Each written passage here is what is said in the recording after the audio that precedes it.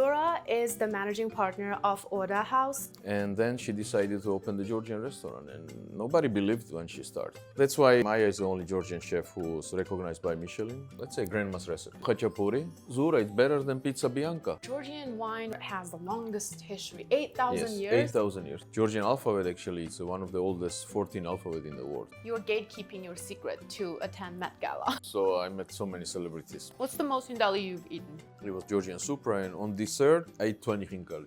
Upside down, you guys. And then, what kind of advice do you have for me to be able to network like that and meet the right people? So you have to be cool. Am I giving desperate energy right now? I don't think so, but გაგიმარჯოთ ყველას, დაგლოცავთ, იხარეთ, იბედნიერეთ და გვეწვიეთ Oda House-ში.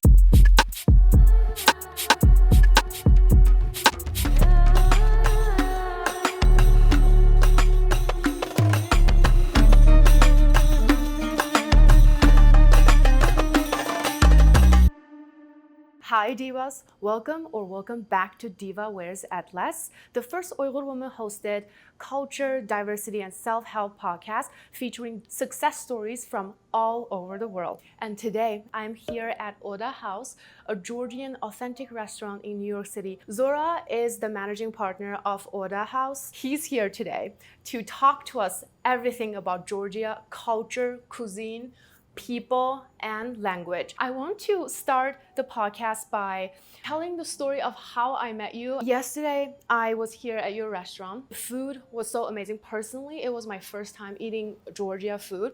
And it is that moment I realized I don't know anything about Georgia. And through the food, I discovered and learned so much about the culture. And I think that is like the beauty of Oda House. But what makes me want to talk to you is the way you were moving around the room yesterday. You talked to us in a way not just about the food, but expanded outside of like what it means to Georgian people. And you're not doing it just for our table. For every single customer, you check in with them. Why do you do that? Sure. First of all, cheers. Oh, cheers. Yeah, I talked a lot. Cheers for everybody. You taught me yesterday how to say cheers. I remember. Gagvimarjos. Gagvimarjos. Gagvimarjos. Oh, it's so refreshing for the hot summer. So this wine called Tsinandali, I think it's the best summer wine.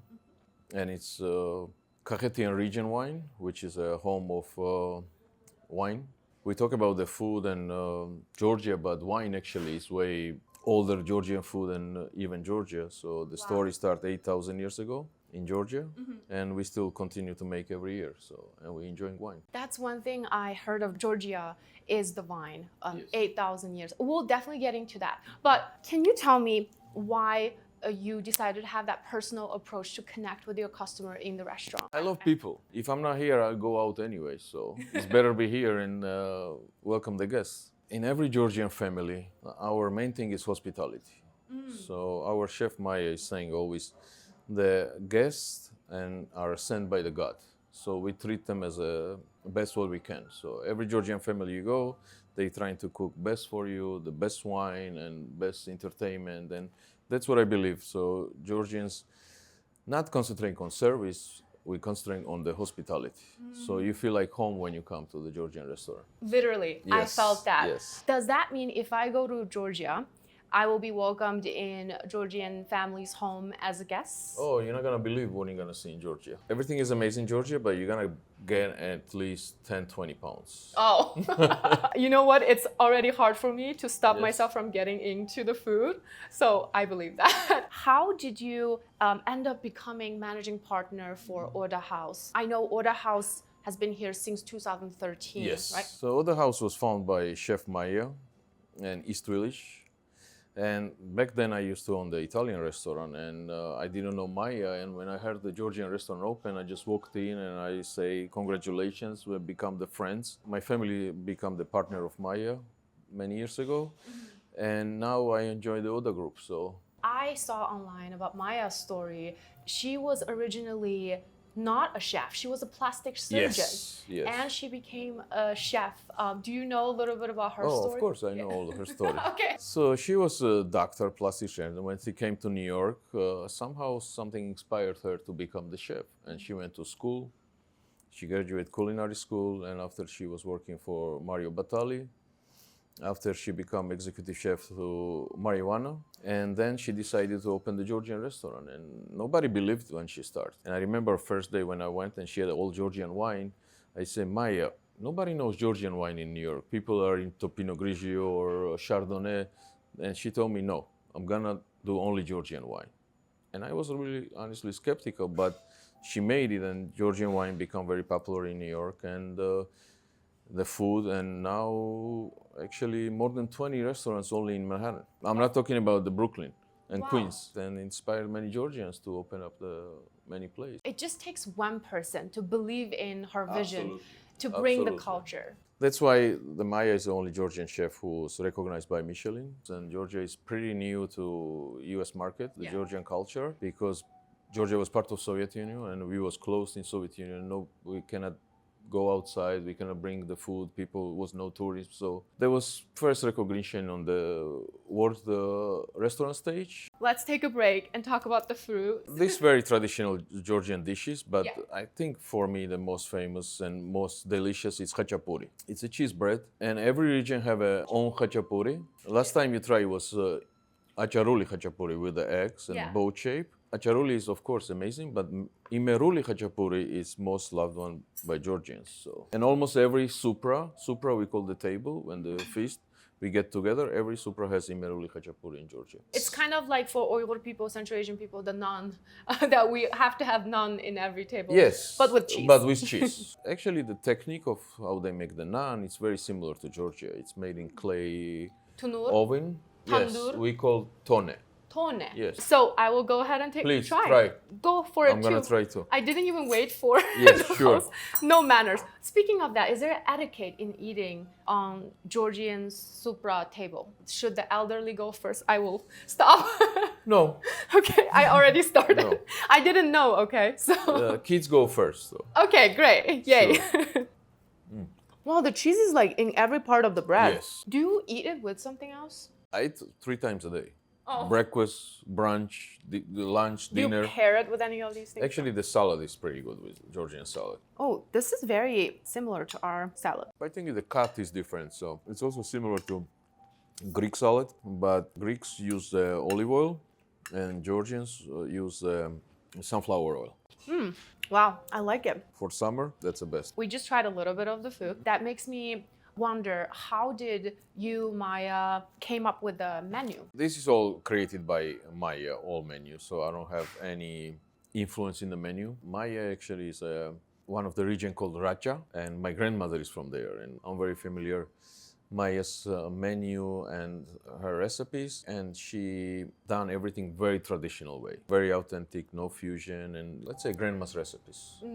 I love that. Yes. That makes the homemade feeling. Are the menu highlighting Racha area specifically? Some influence of all the regions of Georgia. Sometimes we do specials, which is some regions which we don't have on the menu regularly, but seasonally we put very famous Abkhazura. It's from Abkhazia. Abkhazura is kind of ground lamb. We have a lamb dish right here. This one is chakapuli, lamb dish cooked in white wine and tarragon, herbs. And this is cheese, fresh sunguni we just made here, and khinkali, the famous one. And phali, it's spinach with the walnuts, ground walnuts, and also green beans with the ground walnuts. Oh, okay, the desserts? Yes. Oh, it's wow. not dessert actually. It's It's the appetizer. It looks like dessert. Any of the dishes, there's a story behind it or history. Yeah, every dish has a story, but nobody 100% knows exactly the stories. Let's say khachapuri, it's kind of similar to pizza, Yes. but totally different, but it's similar. When my Italian friends come and they try, they are like, Zura, it's better than pizza bianca. So Italians has approved it. I don't know, it's a legend when Pompeo, Roman Emperor invaded Georgia in 63 AD, so some soldier took it khachapuri to Italy. You're saying yes. that's how pizza is born. I don't know, that's one of the legends. So one of the legends. To be successful as a restaurant brand in New York City is not easy. What do you think made Oda House the cult favorite and still like thrive in this competitive market? I believe because it was something new to New York. It's pretty tasty and people love it. Yeah. Not only in New York, actually All over the world now, Georgian restaurants are expanding, and pretty much every week I see Georgian restaurants opening all over the world. That is true. I've seen one in Seattle. When I go back, I'll have to go try now. Sure. Let's talk about Georgian wine. Georgian wine, we touched on earlier, has the longest history, 8,000 Yes, years. 8,000 years ago. Is that the beginning of Georgian civilization? I believe it's before Georgian civilization. Okay. So Georgian How did that civilization started like 3,000 ago, but on Georgian territory was people living, which is way before they was Georgians. They was just people. And they were making the And wine. they was making the wine. Georgians are same people, but it was no nations back then. So, and the culture continues, and from 8,000 years ago, the same land and same places was made wine every year. Almost every family makes wine in Georgia. And Really? I was making wine with my grandfather, Wow. and we was take care of vineyards together. It's not easy. We was making wine, and after wine, we was making chacha. Also the other type of Yes, alcohol. the alcohol. Yeah. You make it for yourself to enjoy or to sell it at the vineyard? So most Georgians make wine for themselves Yeah. because they consume a lot. Some guys drink 10 bottles of wine. Wow. Is the climate very cold? Is that why? No, we have actually very different climates. Every 30 miles you drive in Georgia, it's a different climate. So some regions doesn't grow anything because it's too far to the mountains. But some regions are perfect for wine, especially Kakheti region, Imereti, Kartli, Lechumi. You've been a restaurateur for a long time and you've been very successful. What advice do you have for any other person who wants to open a restaurant and be successful in New York City? It's very tough. It's very hard to give the people advice in the restaurants because I have some friends who owns like 20 restaurants and they opening the new restaurant and something not working. So I don't know. Yeah, you're like, good luck, good luck.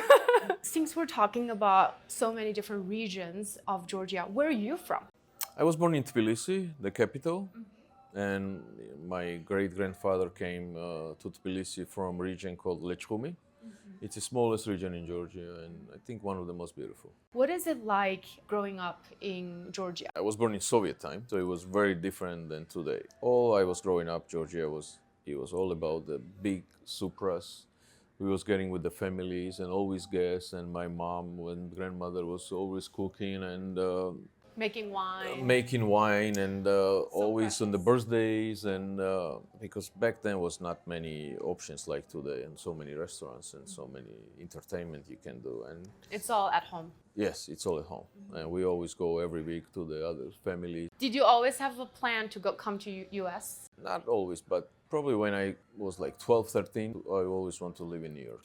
I was listening Frank Sinatra and movies and New York stories, and I wanted to live in the big city. And somehow it is what I was thinking in many years ago. So I come, and the first step I did in New York, I fell in love to the city, and I still love New York. I'm ready to eat the next star Sure, dish. please. What do you recommend? The appetizer that's looking like yeah, dessert. yeah. Should I bring it over? Yes, this spinach, you need that much spinach to get this bowl. I am iron deficient.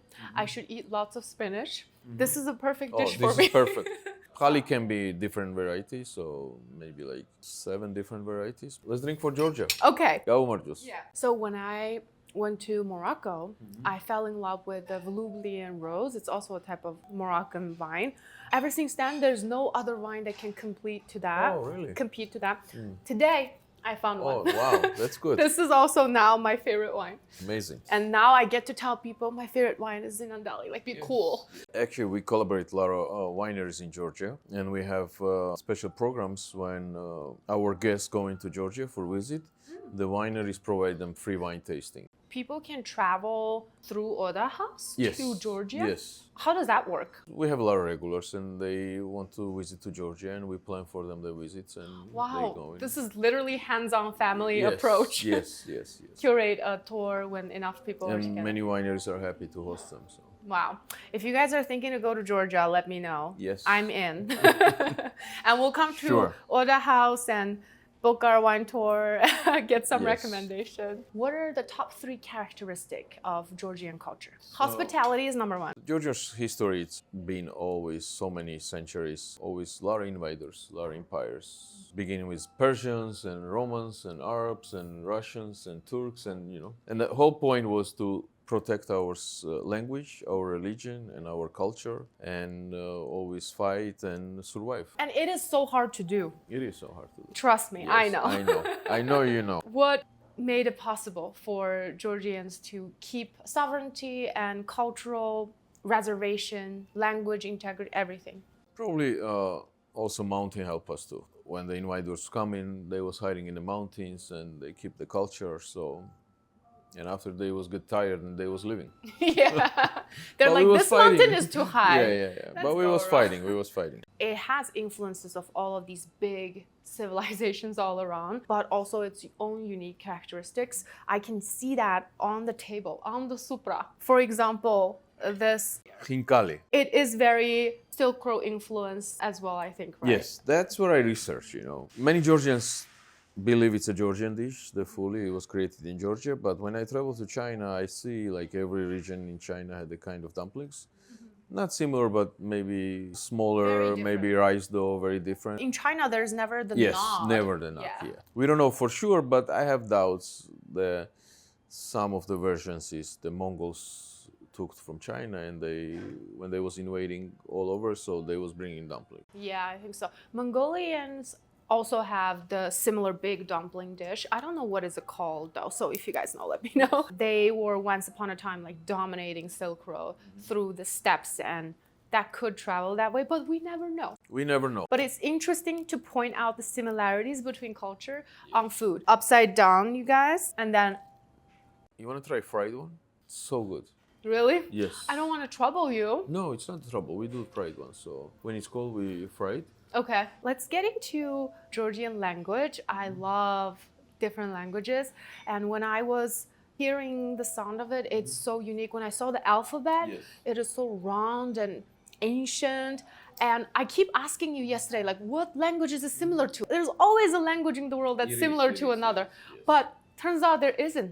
Most languages have like brother languages, and most like Slavics, like maybe like 10 countries speak very similar.